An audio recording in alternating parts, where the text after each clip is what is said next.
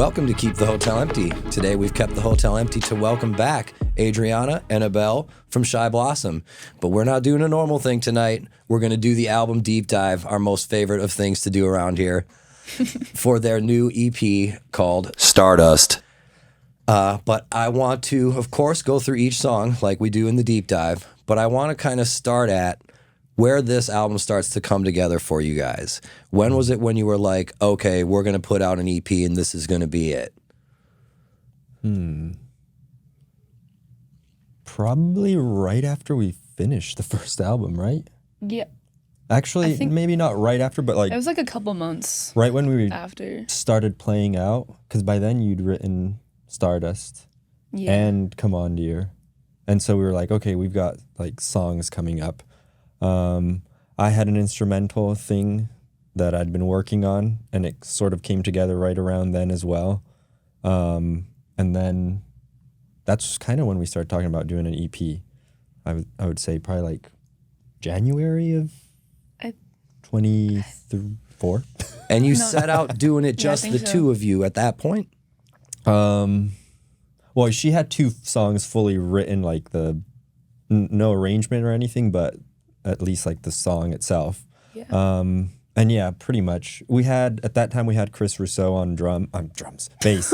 And he was fairly involved at that point as well.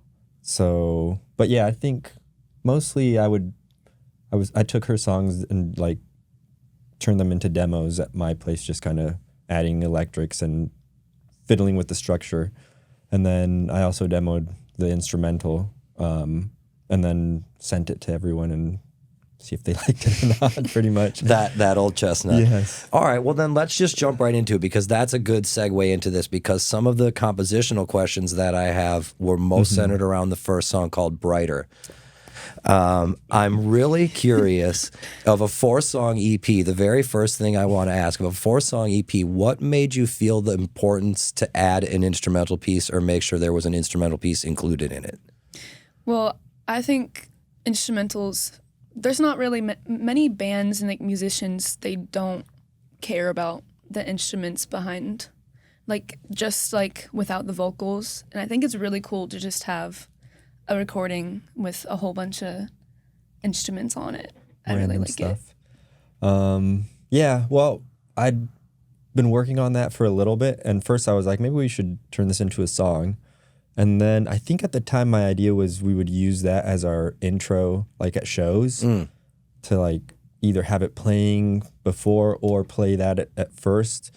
And we haven't actually done that at all. We've never played it live. But yeah, I think my thinking was mainly, well, I do love instrumentals and just instrumentation in general. But I like when you go see a band and they don't just stand up and play songs, but it's like a show, like there's moments. And I thought like we need to write something that would be like something like that in a live show, where it's like a moment either at the beginning or like in the middle, some sort of break that kind of sets up the next few songs. That's kind of where I was coming at it from, I would say. So do you see having an instrumental song, I'm not even going to get to part B of this question yet, but do you see having an instrumental song amongst a 4-song EP as a statement? Or is it just like something that felt is, like you said, you just knew it was going to be part of the vibe you wanted to make and you never thought about the statement it makes? Yeah, I didn't really think about the statement particularly. I know it's not common to have instrumentals, though it does seem to be making a comeback. But no, it was really just we wanted to have it in there, and it seemed to fit with the other songs. The vibe of it and the way it transitioned into the next song. And that was very intentional, like having the way that ends kind of sets up the beginning of the next song. Well, seamlessly, hopefully. That kind of takes me to part B of this question. Opening an EP with an instrumental song. So you're going to challenge the listener right out of the gate. Did you think about that, or was it just more, it's going to lead into the next song and this is just the way it is? I'm basically just curious how conscious of you were of the fact that you're going to start a body of 4 songs, 25% of it being instrumental. I honestly did not think about like it being a statement or anything, or like how it would feel to listen. Well, not like how it would feel, but like how they would, what's the word? React to it. Yeah, react to it. And I just thought it was like, it'd be really cool to just have that at the beginning. So it'd be like a really cool transition into the rest of the songs. And that's kind of how we like laid out everything, like to go from one vibe to the other. Nice. What were your inspirations for that? I mean, do you think to yourself, man, I want to make like, oh God, this might date me, but do you think to yourself, man, it's okay if we sound a little like Pink Floyd? Or I was going to say, I think for me, the biggest thing was always, I loved how they would have just this, an album or whatever, or a side would be like a full listening experience. Like that's always what captivated me about them. Like you'd hear a song and the end of that song is actually the intro to the next song. And you're like, oh, sometimes you can't even tell where one song ends and where another one begins. So that was definitely on my mind, like with that particular song. And we also, as far as having an instrumental, I was conscious of that, so I kept it very short. I was like, I won't assault you with 6 minutes of instrumental. Yeah, right, yeah. Let's keep it I think it's like a little under 2 minutes, so I think people can deal with it, hopefully. Yeah, it's a reasonable piece of music. It doesn't seem like a segue or an intro or anything. It seems like a complete piece of music. Just to deviate a little bit, how did you start that? Did you start that composition with just guitar riffs? Yes. The beginning, like that, the first, I guess, 30 seconds, I think, that riff I had come up with probably 3 or 4 years ago. Just one of those seeds that never goes away. Just playing around with a new pedal, I think. And I kept it around, always like tried to use it for something. And then right around when we finished the first album, at some point during that, between then and our first show that we played live, I came up with like the second part, and then it all kind of, I actually started demoing it and like I started adding all the other stuff, and I was like, okay, like this is definitely something. When did you decide to put vocals in it but not lyrics? Well, at first we were gonna try and turn it into like an actual song with lyrics and everything, but all I could think of was vocal melodies and like humming over it, and that's just kind of how it ended up being. Yeah. Yeah. So what was it like when you were like, no, this doesn't need lyrics? Did it just organically happen to the point where it's like, okay, it's been these vocal textures long enough, we're just leaving it? Or did you consciously say, no, I'm not writing lyrics to this? It kind of just fell into place, really. Yeah.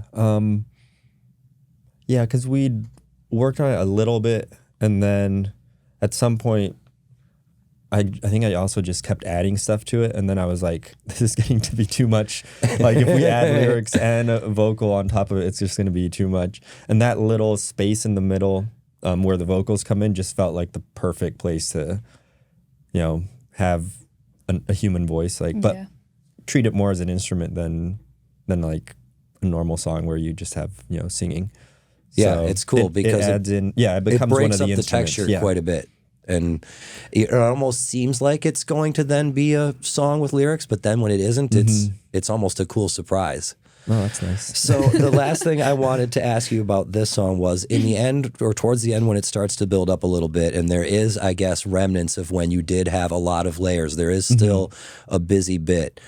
Tell me a little bit about your decision to bring in the nylon string guitar and that layer in there.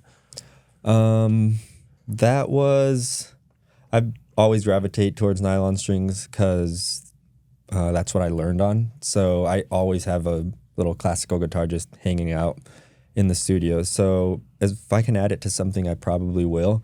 And that, when I think of instrumental pieces, I tend to gravitate a lot to the nylon string. So I wanted to have because I think I added the slide guitar first, which kind of the vocals and that kind of mimic the same melody line, and I wanted at the end I wanted it to build in intensity, but I also wanted it to build in texture, I guess. And so I was like, I need a melody line, but that's not an electric guitar, like something more. And that's where I was like, it's got to be classical. Yeah. And also the sound of like I guess the melodies I was thinking of sounded like, kind of Renaissance era classical stuff. So I was like, all right, it's the right tool. Yeah, that's an interesting way to navigate that, and that's something I want to ask about too a little bit as we go on, trying to make the song get bigger without necessarily getting louder or getting busier or just going off the dynamic rails and turning on distortion or something. I thought that was a really interesting choice. Those guitar their layers do really play into each other well there. And since you mentioned the slide guitar, this was something Adriana and I were talking about before we started filming, the addition of keyboards and things into your songs. When that very first note slides in, I almost thought it was drawbar B3 until the second note kicks in and it's like, okay, that's definitely guitar. Slide, But yeah, it's a very cool texture. The guitar textures in that end part were, I was very curious about how you managed those because it seemed like you could have just had 60 guitar parts. So that's a very cool piece. Well, so let's move on to Come On Dear. That's the one that it slides into, no pun intended.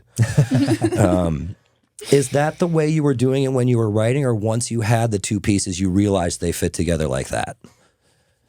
Yeah, I think he added like that guitar intro into the song after he made the instrumental, actually. Yeah. So that would transition better.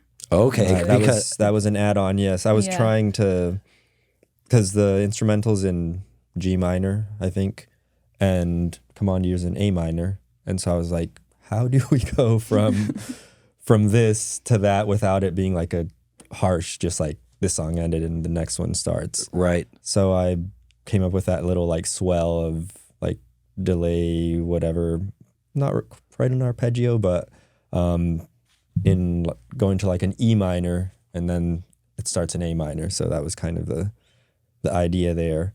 But yeah, it was definitely a way to, I think this was when we were still thinking of using Brighter as an intro to our show and then Come On Dear as our first song. And so I was like, okay, we have to have a way to bridge between them live. And that was what I came up with.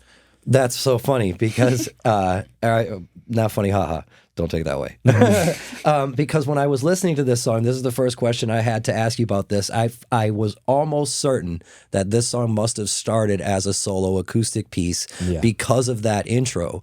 It was like, okay, this seems like this must have been the seed to begin with. But really, it was put on after the fact? The electric part, but the acoustic, the dun, dun, dun, dun, dun, that's how you were starting it from the beginning, right? Yeah. That's so funny. It never ceases to amaze me, and I'm sure you guys will have this for the rest of your careers, how songs come together. You know what I mean? So one of the things that struck me about this song right away is that the vocal melodies are so strong. Like, they're not your average everyday vocal melodies. These are ones that, generally speaking, you would think, as with my producer hat on, that somebody really sat and ironed out these vocal melodies. What is your process for that? And how do you know when to put on the brace? Because it seems like every bit you can add is still good. Well, actually, for this song and Stardust, they were both written because in my last year of high school, I was doing a school project for this class. You get to choose any topic.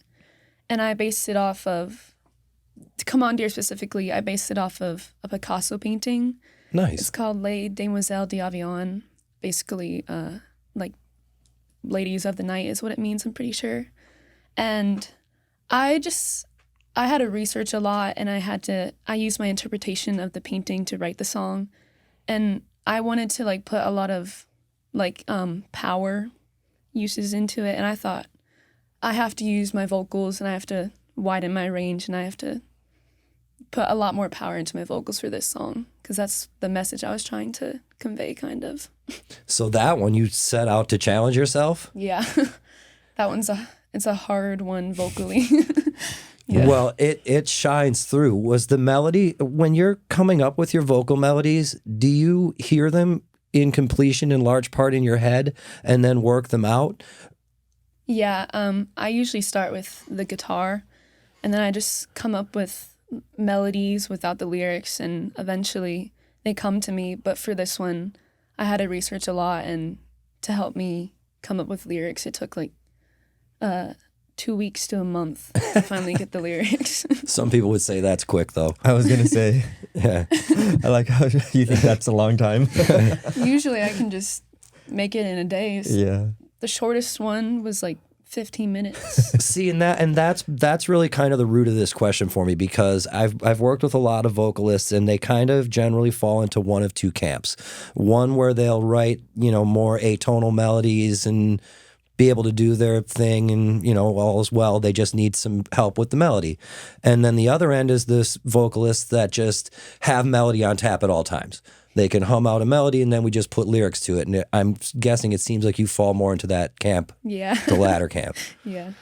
So then that begs the part two of the question. How do you know when this one do you just rely on instinct that this melody, I'm comfortable singing it, it sticks, not worry about trying to think up infinite other ones? Yeah, that's really what happens when it sticks. And then usually I show my parents and they give their input.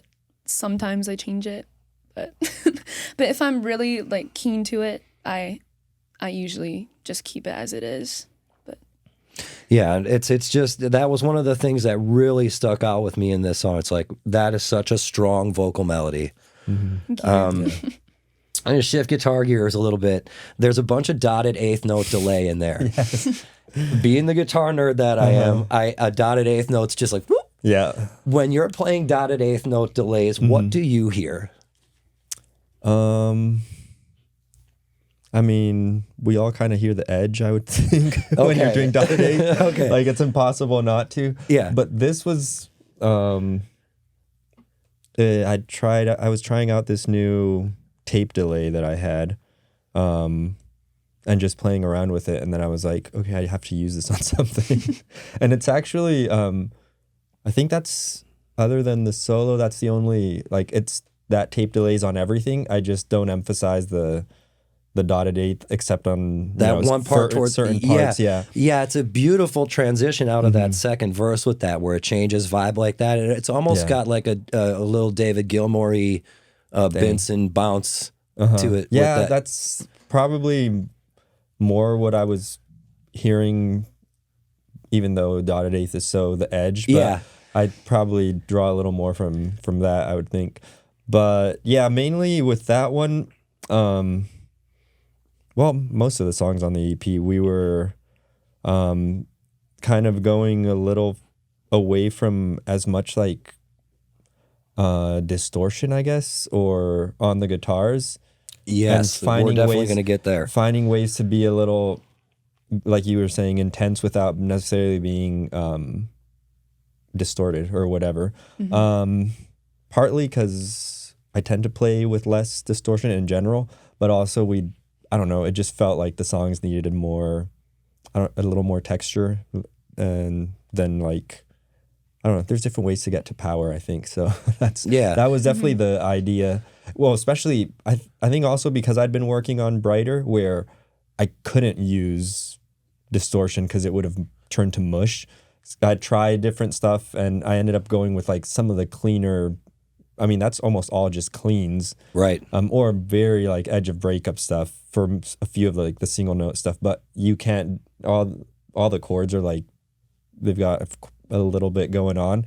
And yeah, whenever I tried to play them anything close to like overdrive, it just sounded weird. Like just, it turned Too to much mush. real estate. Yeah, there's nothing, you couldn't hear the individual notes. So I think that also kind of set the tone for the rest of the,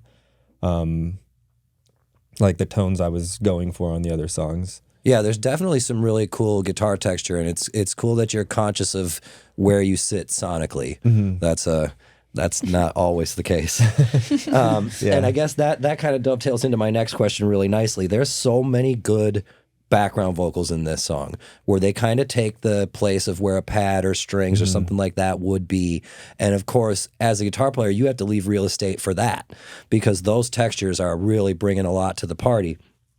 So this is kind of part two of my question for you from before. With your background vocals, I mean, you literally can stack 60 of them, and the sky's the limit.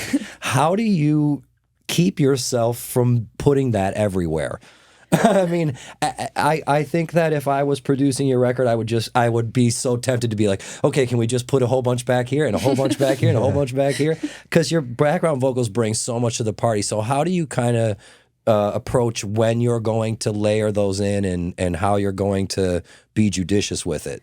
Well, I think the key is to just try something, even if you think it's not going to work. Like, usually on the songs, I've found that I don't really like to put many harmonies in the first verse so that can like amp up. And I've just realized if you layer a whole bunch of harmonies on everything, it kind of gets, the vocals can get muddy sometimes. And I've just realized you need to serve the vocals and the song. And for this one in particular, I wanted to add vocals that would add more power to the vocals in the song. Yeah, it's a weird interplay because, correct me if I'm wrong, but all of the main vocals are just single vocal tracks. Yeah, I'm pretty sure. So there's never any like doubled vocal or main line that's harmonied out the whole time. So every time the background vocals, be it single line harmony or the pads kick in, it's so noticeable. It really... That's what I'm saying. It's like, how do you stop too much of a good thing? You know what I mean? Especially when you're trying to create dynamic. That's a great way to create dynamic without having to be distorted. Yeah. Or just have to add a bunch of stuff, which we didn't have. I mean, I guess we could have done, but we didn't feel like we had access to at the time. So... Well, that's why there's infinite songs to write. Exactly, yeah. So the last thing about this song that really got me was the bridge. I know writing bridges in middle eights can be a weird thing because it's like, it almost feels like you gotta write that part, or, sometimes it feels contrived, or we can just do a solo, that's the verse, and you know what I mean? It's always such a weird crossroads in the songwriting process, I feel like. But this bridge fits like beautifully. And not only does I feel like it fits beautifully in the context of the whole song, but it does a particularly good job of setting up that last chorus and that solo outro. How do you guys approach composition when you're getting to these fork in the road parts? Well, You had that already. yeah, for this song, we would go through like stages of our project in the school, and we would have to do like conferences with the professor. And I originally only had the first verse, the chorus, second verse, chorus, and it was done. And then he's like, this song isn't long enough, you should add something else. And I was like, The dreaded middle eight. and I was like, I guess I'll have to put a bridge in it. And, Yep. and it really just, I really didn't have to put much work into it, because just saying, is this not what you wanted? I feel like it added so much to what I was already saying in the verses, in the choruses. And I just think it fit very well. Yeah, it did. It fits well, and it sets up the chorus and the solo. Yeah. So when you're, I guess, do you ever think of like genre expectations when you're writing your stuff? Do you think to yourself, do you have the thoughts that this needs a middle eight? Do you, now that someone has told you that? Yeah, it really just depends on the song for me. But usually I do have like a bridge or a repeated chorus, just slightly different from the rest, and that's just kind of how it works out. Do you feel like do you feel like you need to meet genre expectation ever? Or do you feel like we do what we do and it's...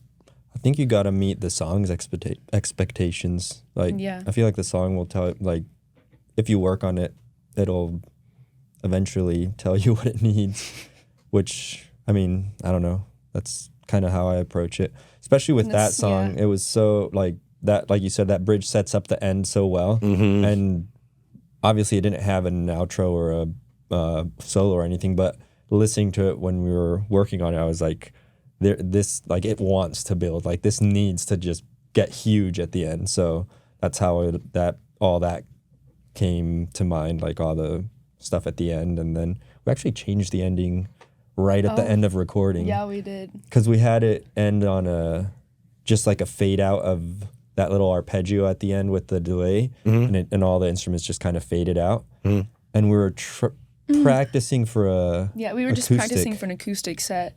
And she started singing that little melody at the end. Right. And I started harmonizing with it, and we were like, we got to do this. Like, this is the way to do it. So we did it for an acoustic gig, and we were like, yeah, absolutely. Yeah. We're ending the song like this. So that begs the question then, how do you learn to trust instinct? Is it just a matter of just, like you said before, just trying it? Yeah. You just have to try it, and if it doesn't work out, it doesn't work out. Sometimes it fails spectacularly, but sometimes it works out, yeah. Yeah, because I know what a crossroads that can be, so I was really wondering how you approach that, because your songs, they have a good ebb and flow to them. You know what I mean? They have a good beginning, middle, and end, all that. So you got to be careful, because that's why I asked you the genre thing. It's like, well, we could just shoehorn in, and now it sounds like XYZ that it's supposed to sound like. You know what I mean? But I guess I'm thankful to hear that you don't have those thoughts too often or at all. Yeah, I'm not good enough to think that way. I can do what I can do. I can't do everything.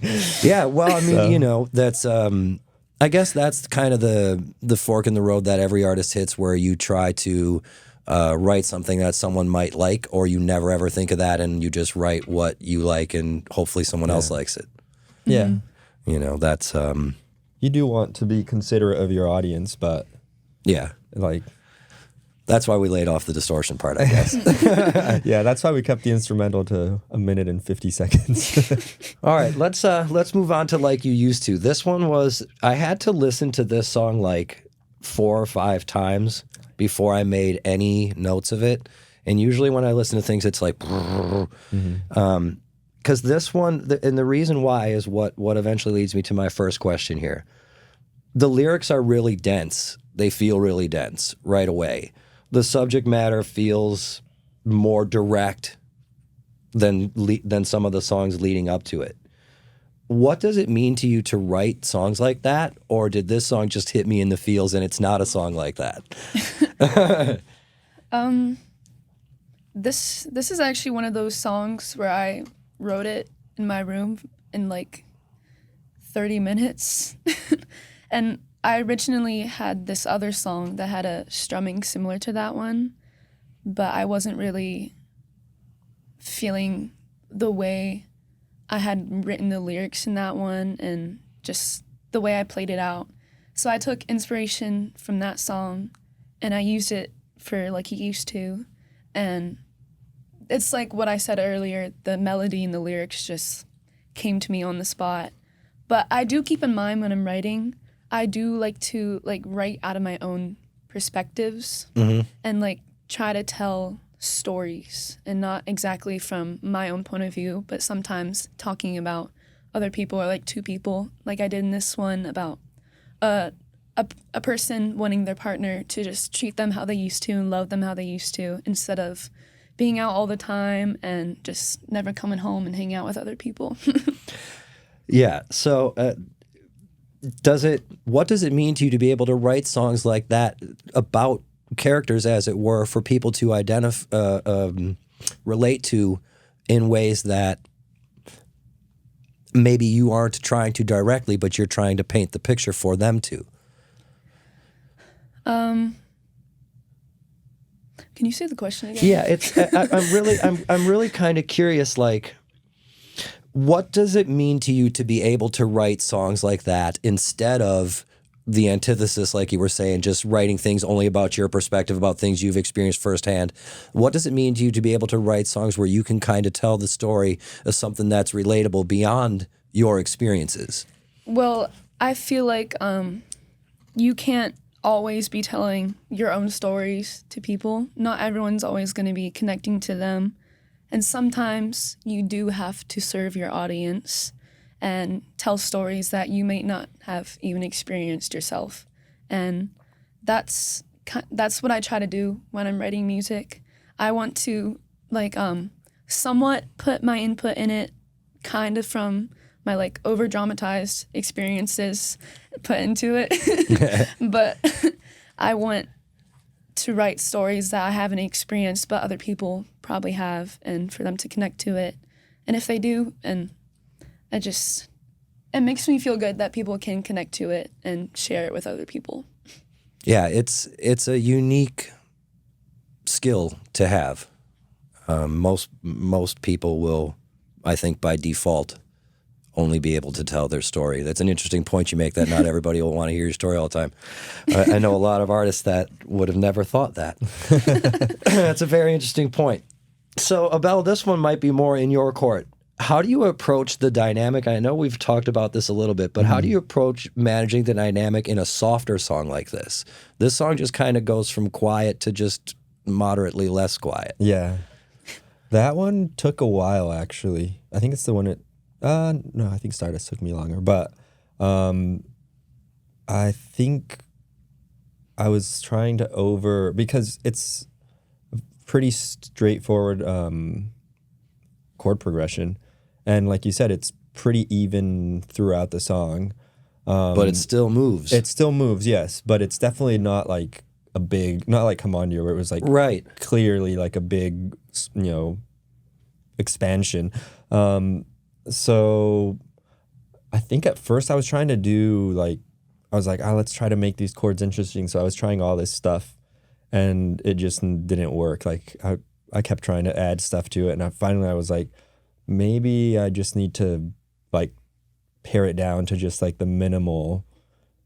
And I think that's when I came up with like the little melody line that I do in the beginning and then harmonize. And it all kind of just fell together right. And like I'd been working on it for weeks, and then like in a half hour I was like, oh, here it is. Like that was a cool experience because I was not too sure that I was going to be able to come up with something for it. And yeah, I think that was definitely an exercise in just less is more. And really trying to find what the song required, I guess. And yeah, it was just a simple melody, and then just kind of I tried to use add the dynamics of only having like full like strummed chords or power chords in just the chorus and the two choruses and at the end, and kind of have almost nothing in the verses. And yeah, that's kind of how it happened.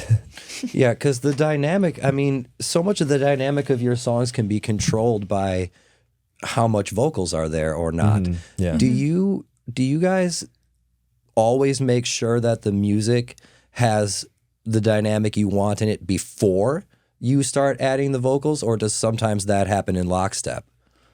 Well, for most of the songs, I wrote it first. I think the already vocals had were the already vocals on it. So usually, so that kind of everyone dictates else the is trying dynamic. Dictates, yeah. Okay. I think like you used to, because we didn't have that recorder or anything. We just you played it at a couple practices, and I think you had like a longer vocal thing at the end, and then we were like, we should have an instrumental at the end, so we shortened the vocals a little bit and had the guitar come in with the like halfway through that, the vocalizations, and then kind of phase out the vocals. But yeah, usually the vocals are one of the first things, right? I would think. So you tend to cue what the dynamic cues or what the song needs in that regard. You're cueing off the vocals more. Yeah. And if I have an idea like, oh, we should move something around, then we'll talk about it and kind of go off of that. But yeah, usually you're trying to make the work around the vocals, or at least, the core vocals for sure. So this is kind of an aside. Adriana, I know you play a ton regardless, with the band and without the band. Does that make it so most, if not all, of your songs start you and an acoustic guitar just because it's you and an acoustic guitar very often? Yeah. Yeah. I've been so used to playing solo with just my acoustic guitar and my vocals that I have realized that I do try and fill almost every space with my vocals in it. But working with the band, it's kind of had me like pull back a little bit and like let space for other instruments to shine in the songs. Yeah, well, that's definitely something I want to talk about with the next song. So you're making it too easy for me. Let's just move right on to there.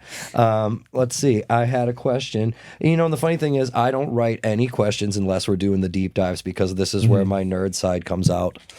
But one of the things I wanted to ask about was how it seems you guys are really conscious of leaving space and letting things breathe. Do you like outwardly communicate that, or has that now become like the communication of when you're playing guitar and you're singing, you're speaking that without having to say, hey, yo, dial it back here. Hey, yo, kick it up there. Oh, we talk about it. Yep. Depending on the song. Like if there's a song where, it's getting too full with one or the other, we'll definitely talk about it. But I don't know. Stardust was... It was actually a hard one for everyone. But it was hard because it was so good just with her vocals and acoustic. There's a good problem to have. Yeah, exactly. There's a recording somewhere of that your school project recording, and you literally could have put that out and it would still be a really good song. So that one was definitely like, I don't know, there's just so many hooks in the song itself. And then I think also Chris, our bass player, he put the bass line on it pretty early on too. I mean, before I did anything on it. Was that after the drums? Before the drums. Oh. Yeah. So he didn't record it, but he'd like been working on it. And like that bass line is so memorable. It's like a riff. Like it's distinct. Perfect. Yeah. So then once I heard that, I was like, oh, now I have to rethink everything I was thinking for this song. Yeah. Because you want that to be, prominent for sure. So leaving some space, I guess, gives you some flexibility in how your songwriting process works too. Yeah. Yeah, I think so. A lot of your solos and lead work reminds me of like John Frusciante or David Gilmour in a way that you're playing sparse lines, but then you can hear a little flair come in, obviously. You could play busier, but you're not. And that's a very interesting thing to me. And it was kind of the same question I was asking Adriana, like how you get yourself comfortable enough in the writing process to leave that kind of space, how you can feel less is more, being comfortable with less is more, Yeah. I don't know. I think I do listen to David Gilmour a lot, so there's definitely some. That would probably be my default. Would be if I can do it with the minimal, then that's better. Obviously, there's times to get busier for sure, but sometimes I think, especially for what we're trying to do, like with like the sound for the band. I don't know, it doesn't lend itself that much to playing a bunch of stuff. It lends itself a little more to have like several guitar parts that work together. At least that's what seemed to work mostly for me when I'm working on the songs. But specifically for Stardust, I think mainly, I think the main thing was I felt the song was so good already that all I had to do is not ruin it. So not ruin it with adding too much. That's almost more pressure though. It was, yeah. That one took a while. And I think the main thing was deciding to go with the EBO on it, Yeah. And figuring out how to make that work and almost not think about it in guitar terms, but try to be almost more like a, I don't know, synth or something, or some sort of atmospheric, or like a choir or something. That was kind of what I was trying to do with the guitar. Mainly because the acoustic guitar part was really like so good, like the the picking part in the verse that Adriana did, the bass line was so distinct too. I was like, I can't step all over this, like we have to. So yeah, it was. Well, we're definitely going to get to that part because that's one I'm curious with. So let me do something a little late in the game and press rewind back to the intro of this song. Yes. The intro of this song is like what I would call a slow burn. It's like your quintessential slow burn. Did you see that as a setup to the rest of the song, or how was that intro playing to you in relation to the rest of the composition? You mean the first track, Brighter? No. Or the intro Starlight. to Stardust? Yeah. Intro. Oh, Yeah. that's all you. I originally only had it going once through before I even started my vocals, but I actually realized that I should have it going through twice. I just felt like it added like a more somber vibe. 1000%. Couldn't agree more. That's why I was curious about it. It's like, okay, we are 1000% selling the slow burn here. You know what I mean? So I was curious that how that felt in the process and if that was deliberate to set up the rest of the track. It was. So, and then this is kind of part 2 of the lyrics. The lyrics in this one are really heavy right away. The realness of it is like palpable whether or not you watch the video, and we'll get to that part. Is this, how do you palpably convey such vulnerability like that? Doesn't it, tell me a little bit about the story, because anybody that's listening to this after they've heard the record is probably wondering the same thing I'm wondering when they listen to it. It's a very heavy song. Tell me a little bit about the nature of that. Well, this song was, the whole project I did, it was based on 3 Picasso paintings, and I made a song for each of them, actually. The school project, yeah. Yeah, and actually, like you used to, replaced one of them. Oh, yeah. Yeah, and but for this one specifically, I based it off of mostly a painting called Guernica. Picasso had painted that because of the Spanish Civil War and the bombing of that small town called Guernica. And I also was looking at another painting that he made called Weeping Woman, and I noticed that they connected to each other, and I interpreted the Weeping Woman as a mother losing her child in the midst of war, and that's kind of how I based the whole song on, about a mother going through grief and loss and trying to deal with it, knowing that other people are dealing with their losses and trying to deal with their grief. It's very interesting to be able to take on a narrative role like that from the inspiration from a painting and things. Do you start to feel like you're embodying part of that, or do you start to feel like you're just the ambassador for this narrative? I feel like in a lot of the songs that I write, I try to like put myself in the perspective of the person that I'm writing about or writing as, and I feel like that definitely helps me to come up with lyrics and to like serve the song really. But for this one, I've never really experienced loss or grief, so I had to do a lot of research on the war specifically and how grief affects people and what it's like to lose somebody. What inspires you to take on the exercise of doing that? Instead of just saying, I'm going to write a song about whoever broke my heart or whatever, you know what I mean? Like what inspires you to take on that endeavor? That's a really inventive and inspiring way to write. What gets you to do that? Well, I've just noticed through most of my life that most music that I've listened to, it's all talking about relationships and love, but there's also so many people that I listen to, and they're always writing about different topics like loss and even just like weird topics. And I just been trying to like keep that in mind, and like actually I used to write love songs all the time, and I realized like a year later that I need to stop using the word love in all my songs. And it's actually helped me a lot to go into different topics aside from relationships and like losing a boyfriend or a girlfriend or something like that. So it's just a matter of challenging yourself to some degree? Yeah, definitely. So then I guess this is a total and aside question, and then I'll cycle back to the song. But have you ever had writer's block? Yeah.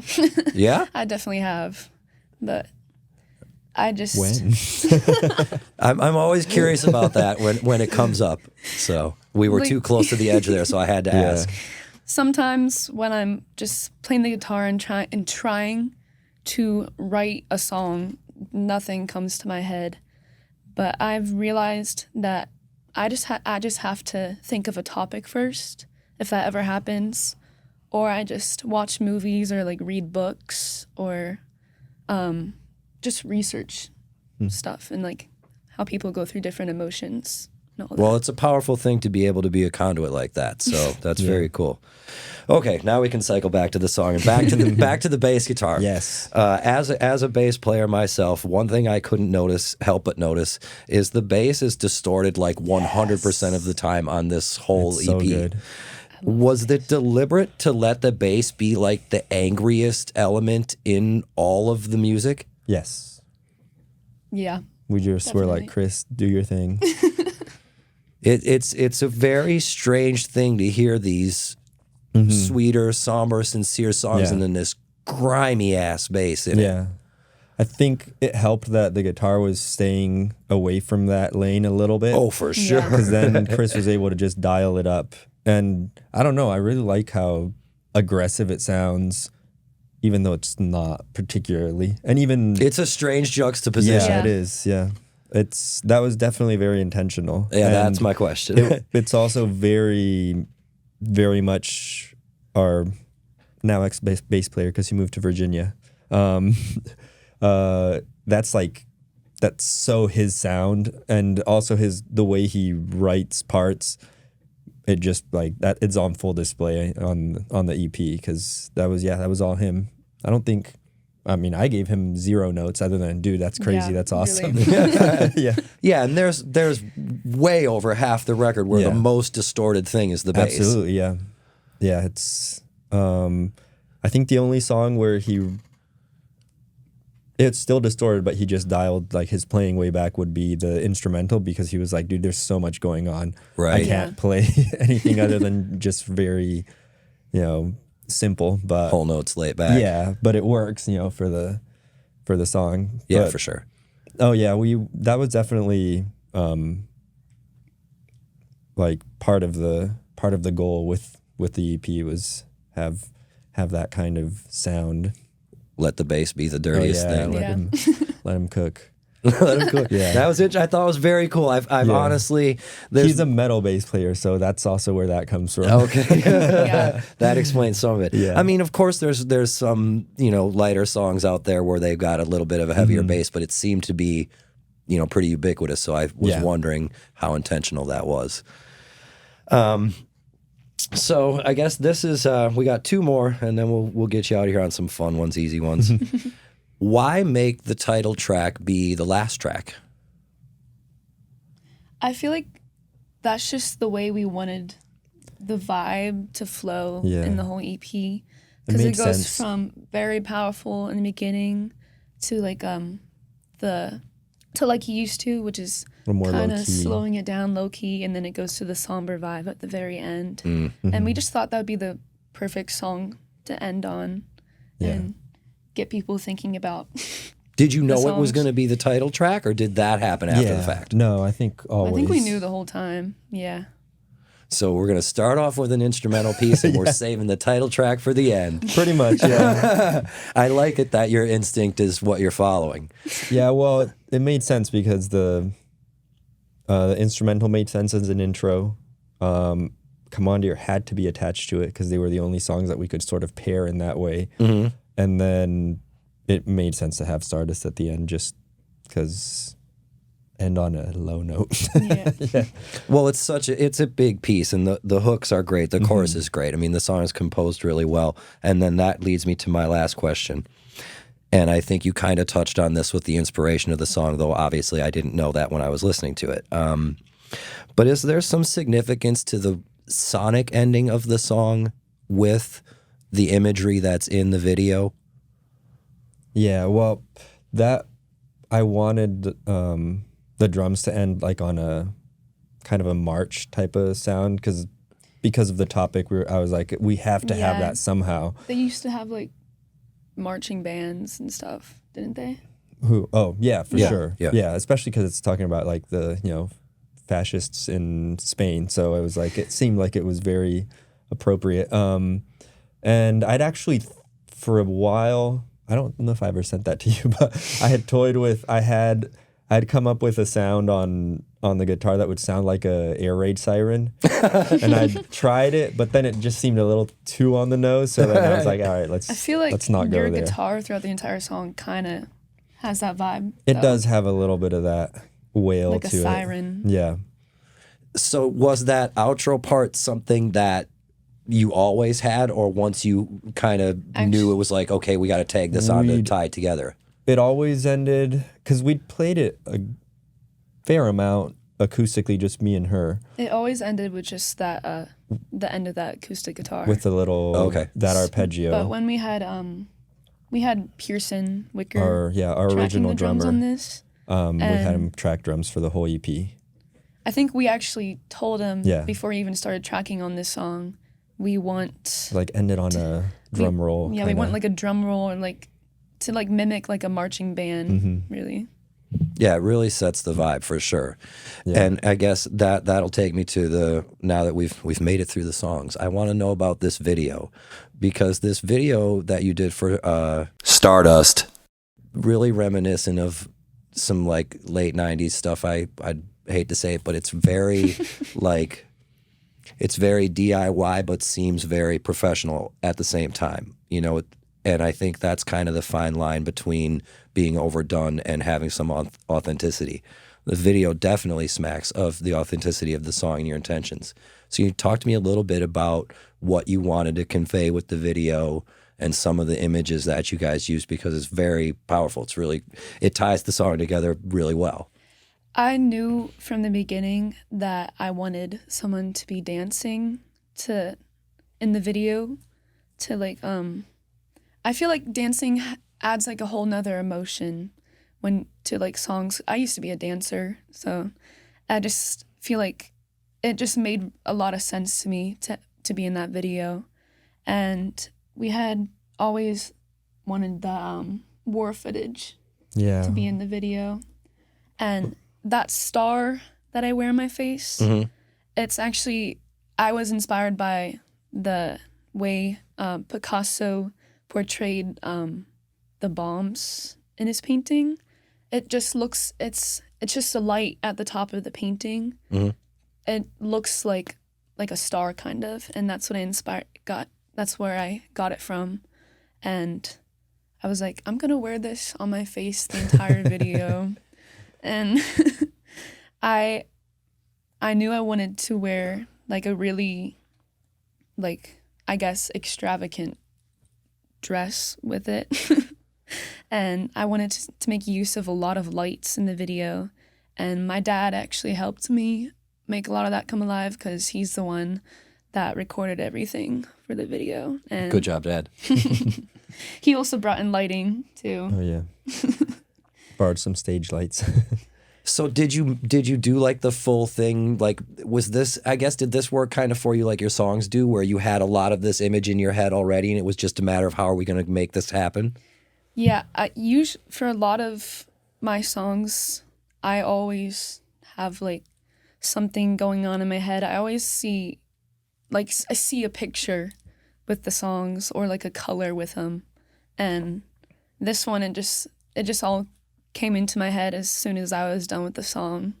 And I knew I wanted just the way it came out, that was like exactly I wanted it to be. So It smacks of that. Was it, how purposeful was it, or what significance does it serve for you to have the person who's dancing with the child always dancing alone? Well, there's in this song, she feels like she has to grieve by herself, even though she knows there's other people who are grieving their losses. But I've just, from my research, I saw that a lot of people have said that grief can make you feel like you're alone a lot of the time, even though you're surrounded by people. And True. I wanted to portray that in the video. Are you going to do any of the performances with the star on? I actually thought about wearing what I wore in that video during our EP Album release release. party. It's such a cool. It almost reminded me of like a Radiohead or Bjork or something. Someone actually said that about your guitar on the song Really? to me. Oh, Bjork? No, Radiohead. Radiohead. Oh, okay. I was like, dang. Yeah, it's been a long time since there's been any kind of notion for anybody that performs to hide themselves. Now I'm a big fan of that. Yeah, Mm-hmm. I mean, you know, in the late '90s, it was always talking about it. a matter of being Slipknot. No one gets a name. No one Yeah. gets a outfit. You know, we all look the same. Do you find that to be? I guess. Is it something that you've noticed what a particular statement that is now that we're in such a time when everybody's like, look at me, we have selfie cameras? Yeah, You know. definitely. But really, it's not that I wanted to like hide myself, but Right. I just felt like for this specific song and video, I felt like that's what it needed.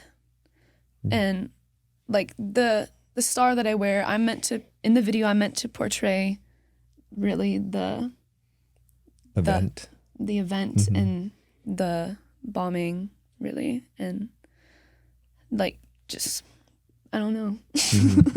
That's just how it just came to my head like yeah. that really. Yeah, I was going to say it's tied together really well. Pardon me. Okay, so now I want to ask you something kind of fun and then something kind of easy.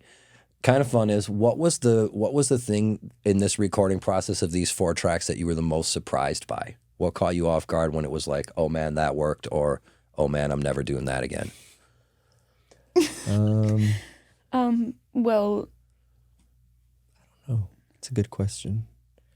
Because that's usually where your points of learning are. When something catches you off guard and it's like, oh, I can do that next time, or I'm never doing that again. You know, it's one of those. It's one of those. For you, what was it?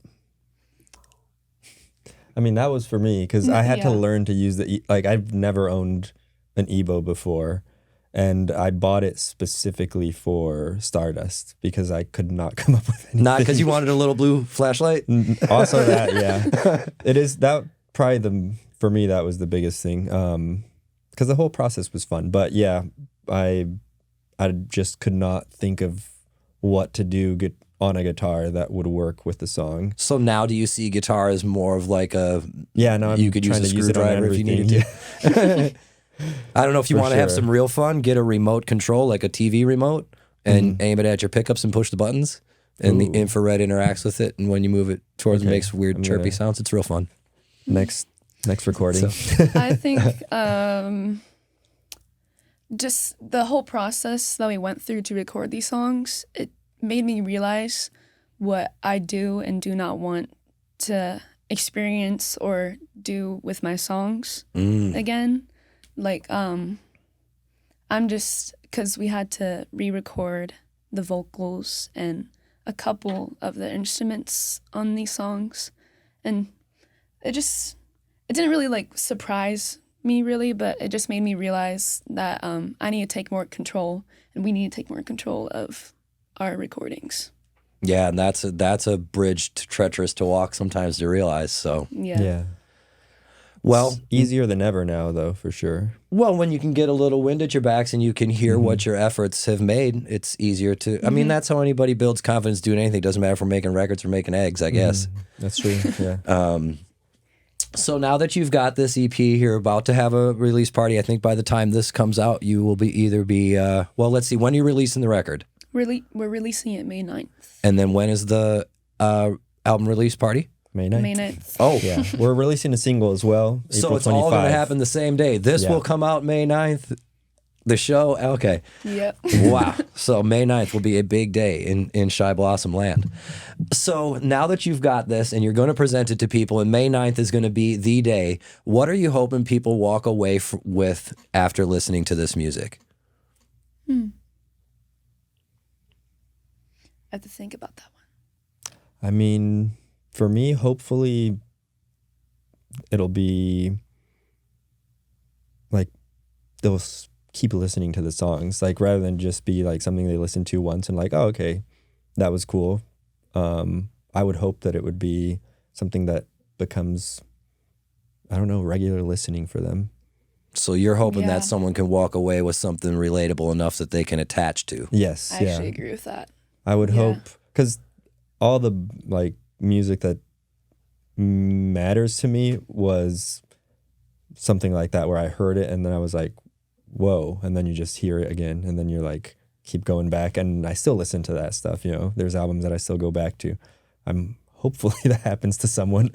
Yeah. Yeah, That was pretty much. that'd be my goal. Yeah. I was pretty much going to say the same thing. Same thing. Mm-hmm. I just want people to connect with our songs and just keep listening And come out share to it with other shows. people. Yeah. Come out Walk- to shows. Walk away Please with come out.